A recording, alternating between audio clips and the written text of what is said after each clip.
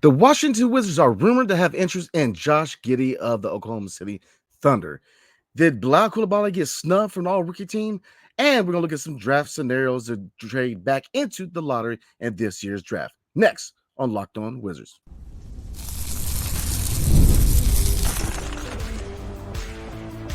You are Locked On Wizards, your daily Washington Wizards podcast, part of the Locked On Podcast Network. Your team every day.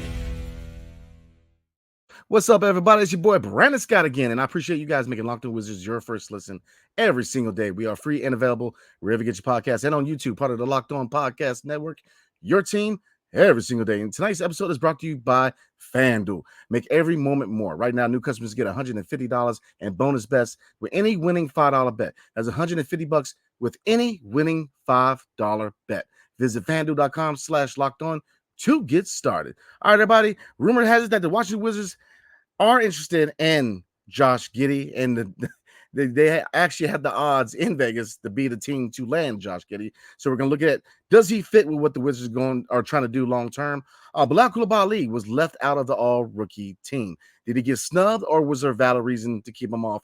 And at the end, we're going to look at three main scenarios, three picks where we could definitely trade a veteran contract and or a pick to move back into the lottery. So we're going to explore that. So let's get into it. Josh Giddey. All right, so this report came from, this is from NBA Central at the Dunk Central on Twitter, aka X, but it's also through, the source is per Bovado Official. And I checked them out to see if that's a legit source. And their perspective is a source that goes off of betting. And right now, the odds are, as far as the betting sites, the Washington Wizards are at a plus 450 to land Josh Giddey. So we are the betting favorites to win Josh Giddey, or they call it the Josh Giddey sweepstakes. But other teams, Utah Jazz at plus 500, the Knicks at plus 500, the Pelicans at plus 600, and the Magic at plus 700. And then you have the Pistons and the Heat. So let's get into it. And as you guys know, I'm looking at this, the Josh Giddey sweepstakes from every perspective. So we'll start with this way. How would he fit? Now, what I like about Josh Giddey, and like I said, I didn't watch too much Thunder basketball unless they come to DC. You know, I am a basketball fan, but I watched a little bit of Thunder games, man. But Josh Giddey, I will say this, and looking at his size and his ability to play the point guard, the shooting guard, and a small forward position, he's very, very versatile. His size does match with what the Wizards are trying to do, especially from an offensive and defensive standpoint, to the degree that, you know, at 6'8", 216 pounds, the ability to play three positions, he definitely fits the mold, in my opinion. He definitely, now looking at a potential lineup, would he play point? I see Jordan Poole being that guy, or another point guard. I don't see him playing point. Could be something to change if the organization is that, if that's what they want to do. But I don't see him at point. Now, where would he fit as a two guard or small forward on this team? Well, obviously, Bilal Coulibaly, you know, one of them are going to play the two guard or the small forward. And you probably look at Denny Avdia moving to the four, if indeed Kyle Kuzma is moved in a potential deal for Josh Giddey. So you potentially look at a lineup, a very tall lineup, with Bilal, Josh Giddey, and Denny in the starting five, including a center, and right now Jordan Poole at point guard. So could he fit? Hypothetically, yes. Now let's get into his stats real quick. This would be his third year in the league. So obviously next year would be his expiring deal on a rookie scale contract. So he will be eligible for a rookie scale extension. But looking at his statistics real quick, he has started every game he's played in the league. Now, if you look at his past, the 2023 to 2024 season, we are currently in, he played 80 games. He started 80 games. Previous year, 76 games played, 76 games started. So he's been a starter. You know, he's definitely been a guy who started. Now, getting to the playoffs, totally different scenario. Obviously, as you know, he did not start every game in the playoffs. But looking at the regular season, he started every game, 80 games. So from a longevity standpoint, from an injury-free standpoint, he does not get injured too much. You know, he's definitely available. And I said it time and time again, you know, availability is your best ability. So he's definitely been available. You know, again, 80 games played, 80 games started. Now let's get into his stats real quick. Now he did average around 25 points this year, and which went down from 31 minutes a game from the previous 2 years. 3-point percentage did go up, but considering he shot 33% from three, now it did come up from 32, and then his rookie year was 26. But you know, league average is 35. So 3-point shot is something that you definitely want to see him improve on, especially from a consistency standpoint. His field goal percentage was 47%, went down one slightly from 48% the previous year, but then he was around 41% his rookie year. So he definitely got better as far as shot selection and shooting high percentage shots. Other stats to look at, shot 80% from free throw. He averaged around 6.4 rebounds, which went down from 7.9 the previous year. He averaged around 4.8 assists per game, which went down from 6.2. And then he was around 0.6 steals and 0.6 rebounds. And his point per game was 12.3 points per game, which went down from 16.6. And his rookie year was 12 per game. So, look, the guy has the size. He's got the defensive prowess to fit with DC. His shot, you definitely want to see better shooting numbers as far as his 3-point shot. But his field goal percentage is definitely right around, league average and is slightly better. So, this is definitely what you want to see. So hypothetically, could he fit into what the Wizards are trying to do? Absolutely. The kid could definitely fit into the long-term vision because he's 21 years old. Now let's get into the other side of everything, the other perspective, shall we? Number one, contract. If you look at somebody else we got on the roster, Corey Kispert, who indeed is going to need a rookie scale extension, it looks to me if you make a move, go get Josh Giddey, you're going to have to lose Corey Kispert.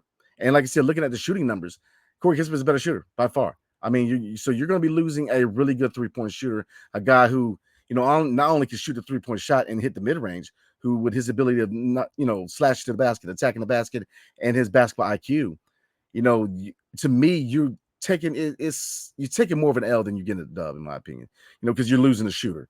And even then, Corey Kispert's not going to be the only player that you're going to lose in that move. There's been a lot of reports about the situation where Deni Avdija was the guy that was en route to Oklahoma City. And to me, I don't want to see Deni Avdija move. Not for Josh Giddey, in my opinion. I don't want to see him. If you move anybody, especially with a young team, you move a vet like a Kyle Kuzma. And like I said, I like Kyle Kuzma. He's been good for his team. But we know, you guys heard me say it 1,000 times, his contract is very team-friendly. And, Oklahoma City could definitely use a guy who can drop 20-plus points a night. So they need a score. So I'm more inclined to move Kyle Kuzma than I would Deni Avdija, because Denny's still young and he's still, you still mold him and he's still developing, and you're starting to see him come to fruition of what he can do offensively as well as defensively. I'm sorry. So he's starting to really develop, and in my opinion, has arrived as being that 3-and-D guy, in my opinion. Now, obviously, with Denny, you want to see more consistency to cement himself as being that guy as a 3-and-D wing. But, and other factors, his vision. There's so many factors why I would not let Denny go to Oklahoma City, man. Not for Josh Giddey. I mean, I would definitely hold on to Deni Avdija, man, because I think that he's definitely going to mold into a really, really good player, man, which he's already a really good player. But I guess what I'm saying is, I think he can be molded into. I still think he can be molded into a star. Same thing with Bilal Coulibaly. I think both of these guys, to me, would be untouchable. Now, you could argue to a certain degree that Bilal may be a little more untouchable, considering he's been here only 1 year. But I don't want to see any young players being moved, man. I definitely want to see us retain our young guys. And if we indeed do move a young guy, maybe throw Johnny Davis into the equation. But even then, how much value would he really have? So, another thing, looking at his legal situation, obviously he was cleared of any wrongdoing with what his legal situation was with the underage, I guess, dealing with an underage female, which wasn't the case. I was actually at Capital One for the Oklahoma City Thunder game, and I know that every time he touched the ball, he got booed by the Capital One fan base, man. So, he got off of the charges. Like I said, I've touched base on certain players who either one had illegal issues or two had mental issues or stuff going on. And I've advocated for most of them, man, especially guys who, have had special issues, Miles Bridges, not so much Kevin Porter, but Miles Bridges. And I try to look at every situation, every perspective, through every lens. And I'm not really going to get into his legal situation, but to me is this: you're going to have to re-sign him if you indeed trade for him. And so that means Corey Kispert will get signed, because somebody's got to be the odd man out in this situation, right? If you bring Josh Giddey in, and like I said, if you look at the shooting statistics, yes, defensively he is a better player than Corey Kispert defensively, but offensively, while I love his size, 6'8", I love his weight, I love his versatility. Do I necessarily want to lose a shooter like Corey Kispert? wouldn't. I mean, look, I like Corey Kispert. I definitely think that we should talk to him about a rookie extension, but I'm not at a place where I'm saying that he's untouchable. If you have to include him in a deal for a player, then if it's necessary, then you make that move. Same thing with Kyle Kuzma. I like Kyle Kuzma, and you don't necessarily need to move Kyle Kuzma, man. But if you find a good deal, you make that move. I like Daniel Gafford, but we moved him, got a first round pick, and he in this situation, was really a win-win for both teams because we got a first round pick, and they got a player where if you look at what Gaff's doing in Dallas, man, they're in the Western Conference Finals. I'm just trying to tell y'all, man. So, Josh Giddey, would I make that move? I'm gonna say no. I'm gonna say the same thing with Brandon Ingram, man. Even though I am a big Brandon Ingram fan, I love the intangibles of Josh Giddey, man. And before I even make my choice whether I would do it or not, it really begs the question: is the front office trying to expedite this rebuild? And because they made it known that they want to build a sustainable winner. So are we looking at a scenario where they're building for the now and in the future? And I can see that scenario, but then it also kind of brings you back to the middle build strategy of the previous regime. So would I make the move to get Josh Giddey? I'm going to say no. Because while his age does fit the timeline, 21 years old, and while I do think he's going to continue to develop, and I think he's definitely going to get better as far as his shooting numbers, especially from the perimeter, somebody's got to be the odd man out. And while Corey Kispert being moved, I'm not really upset about, even though I really like Kispert. Who else you have to give up? And money-wise, is like, so I don't think it fits the timeline, even though his age does fit the timeline. Because right now, you're trying to get more guys with rookie scale contracts. You're not trying to, because we are already paying Poole, we're already paying Kyle Kuzma, and then the extension for Denny Avdia kicks in. So right now, I don't want to see us add any more salary.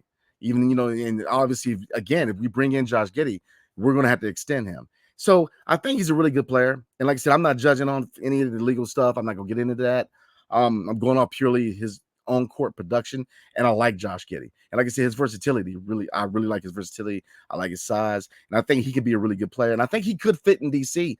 And technically, does he fit the timeline? Yes, at 21 years old. So I'm 50-50, to be honest with you guys, man. I'm very 50-50 because while he could fit the timeline, to me, it's just a matter of who we giving up, because I'm not giving up Denny Avdia, and I'll be inclined to move a Kyle Kuzma. I'll be inclined to maybe move Corey Kispert.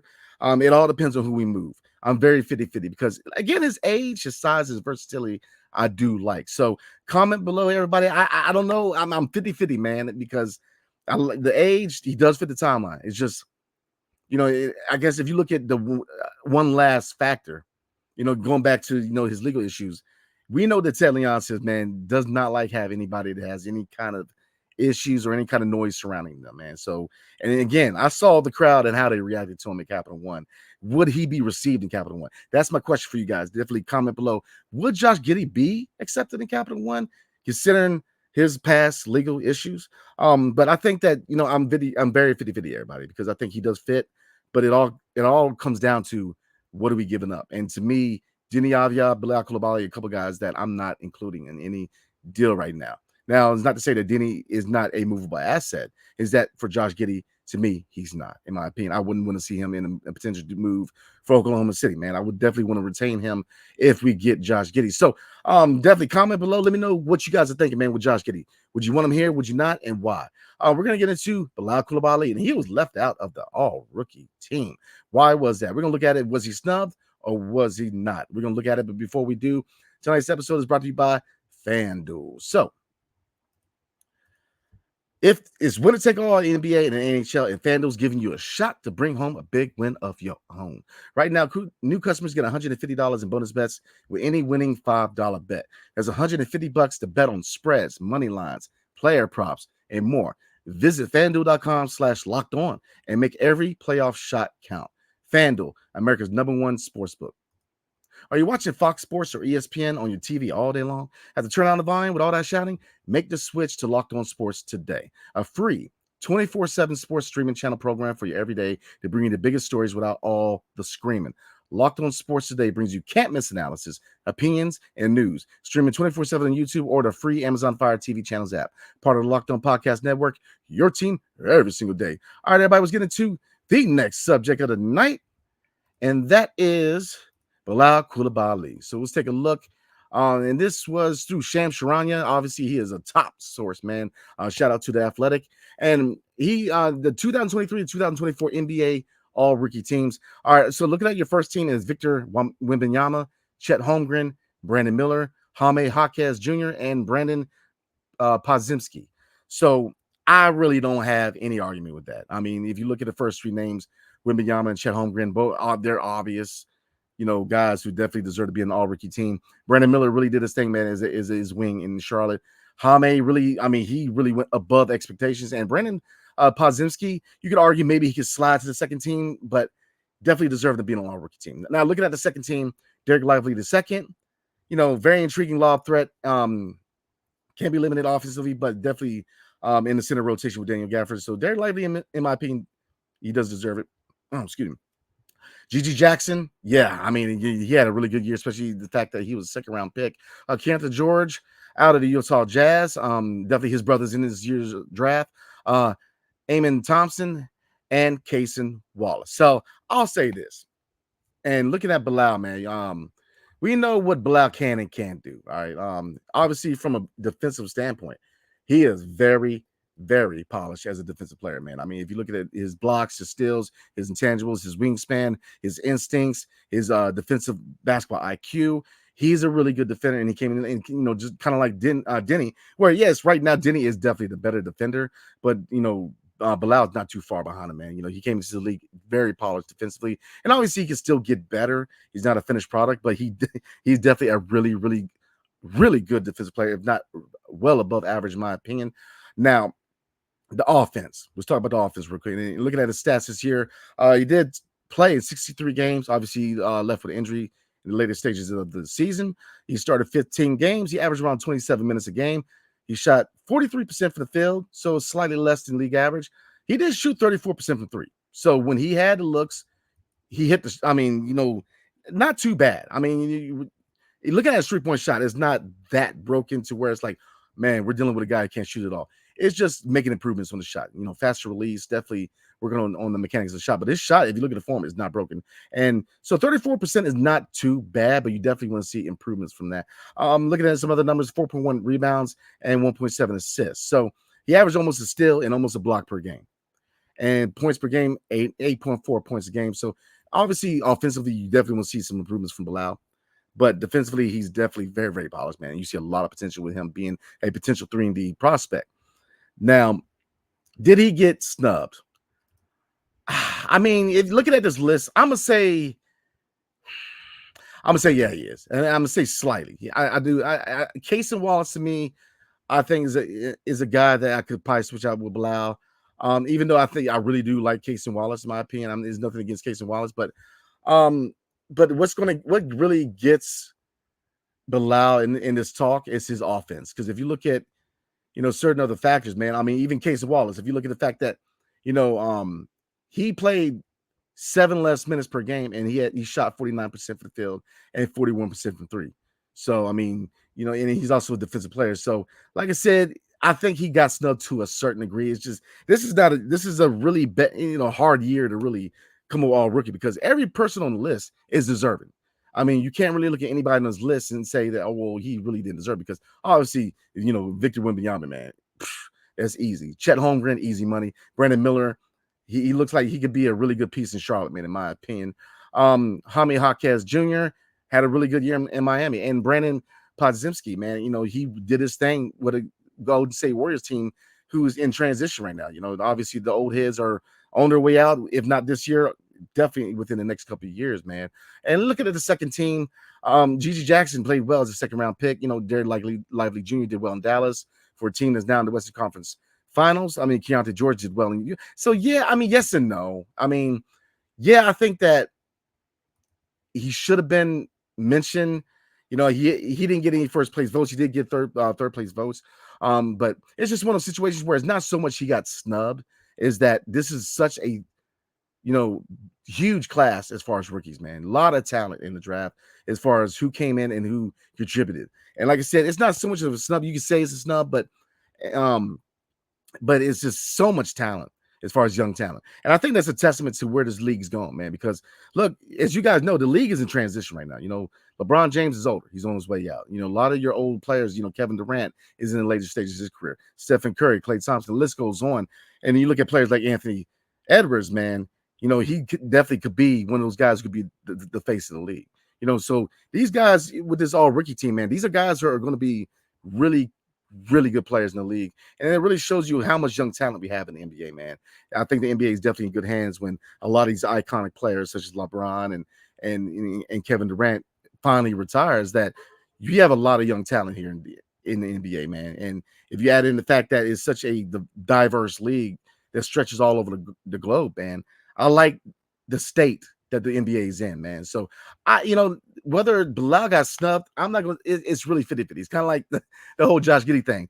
Yeah, you can say he did, but then it's like, who do you look on the list and say, oh, he really doesn't deserve it, man? I mean, there's a lot of good players on the list. So I think it has a lot to do with just he's that guy out, man. And he's the odd man out.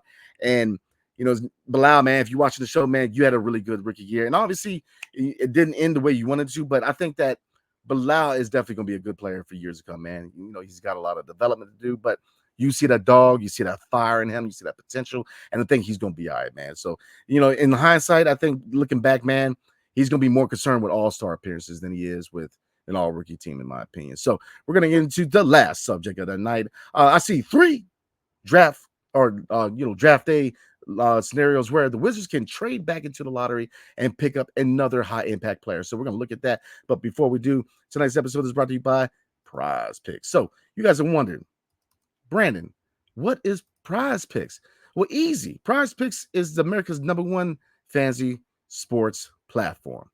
All right, so give me a second, everybody. I didn't lost the ad, so it won't work with me. So PrizePicks, real quick. I lost the ad, but PrizePicks, definitely recommend PrizePicks, man. You pick more than or less than players in their projections, and you win up to 100 times your money, man. And in some cases, even if you bet 5 players, you get 3 out of 5, you will get money back, man. So all you have to do is go to prizepicks.com/LockedOnNBA and use promo code LockedOnNBA for a first deposit match up to $100.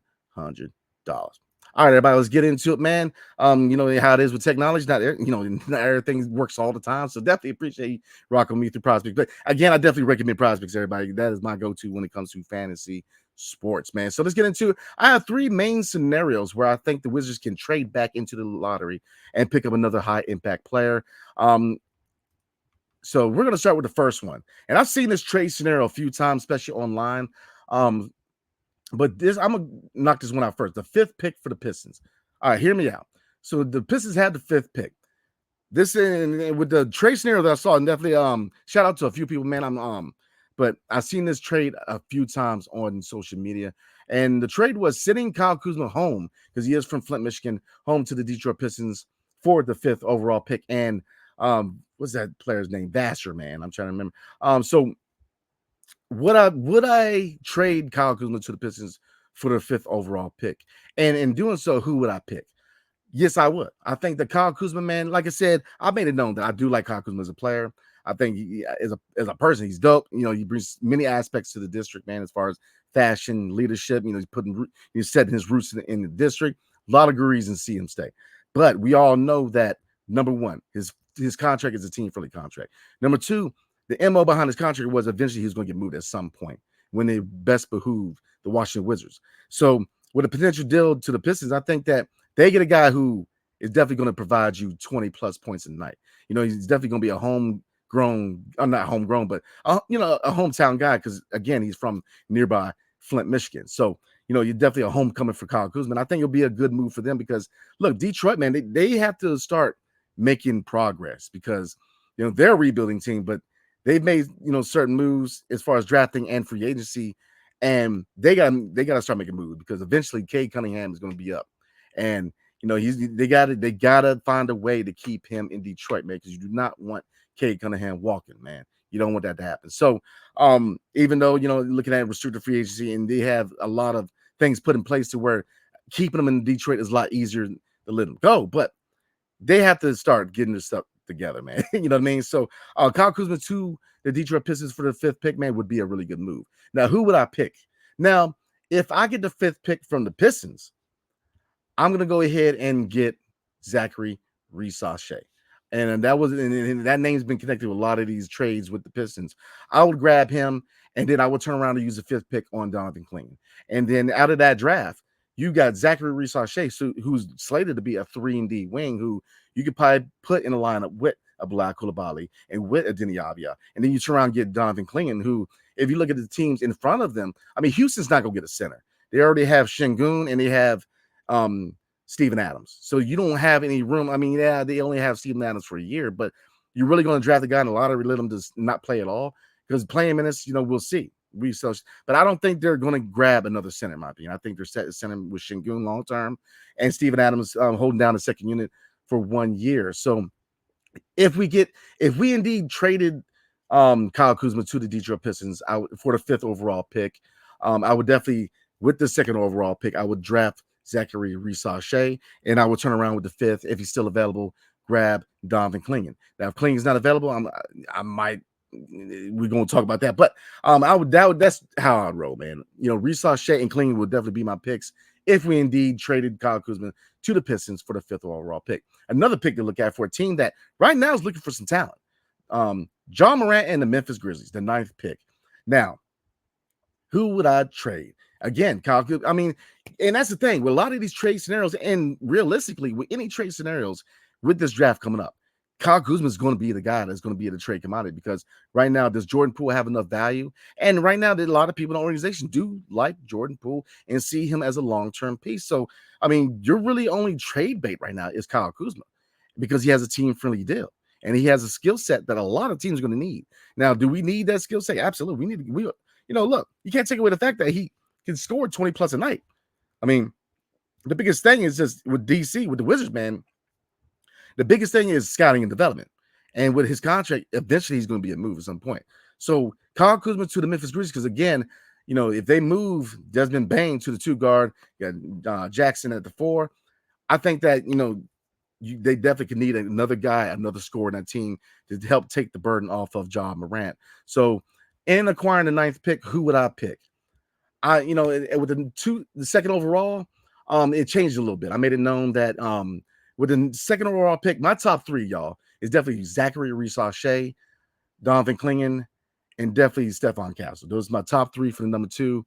And those are the 3 players that one of those guys would be the guy that I would pick at number 2, barring other situations, obviously. So with the 9th pick, I would definitely go after, because I still think we need a center, everybody. So I would definitely grab Donovan Clingan with the number 2 overall, and then I would use the 9th overall pick on Cody Williams or Tijane Talon, because I think that both of them, man, have very high ceilings as far as forwards, and I think they can be ballers, man. I mean, and both of them are slated to be top 10 picks, man. I mean, Cody Williams and Tijane Talon. I mean, both of them are forwards who they fit the timeline. Cody Williams is 18. Tijane Talon is 19, I believe, or it might be flip-flop. But they're young. They have the size. They have the bodies for the NBA. And, yes, they need to be developed. But you see massive potential coming out of Talon and Cody Williams, man. So if we picked up the 9th pick from the Grizzlies for Kyle Kuzma and probably subject to another player, I would definitely get Donovan Clingan with the number 2 overall, and I will turn around and draft Cody Williams or Tijane Talon, depending on who's on the board at the time. The final pick I see for a scenario where the Wizards can trade back into the lottery and pick up another high-impact player is the 15th pick with the Miami Heat.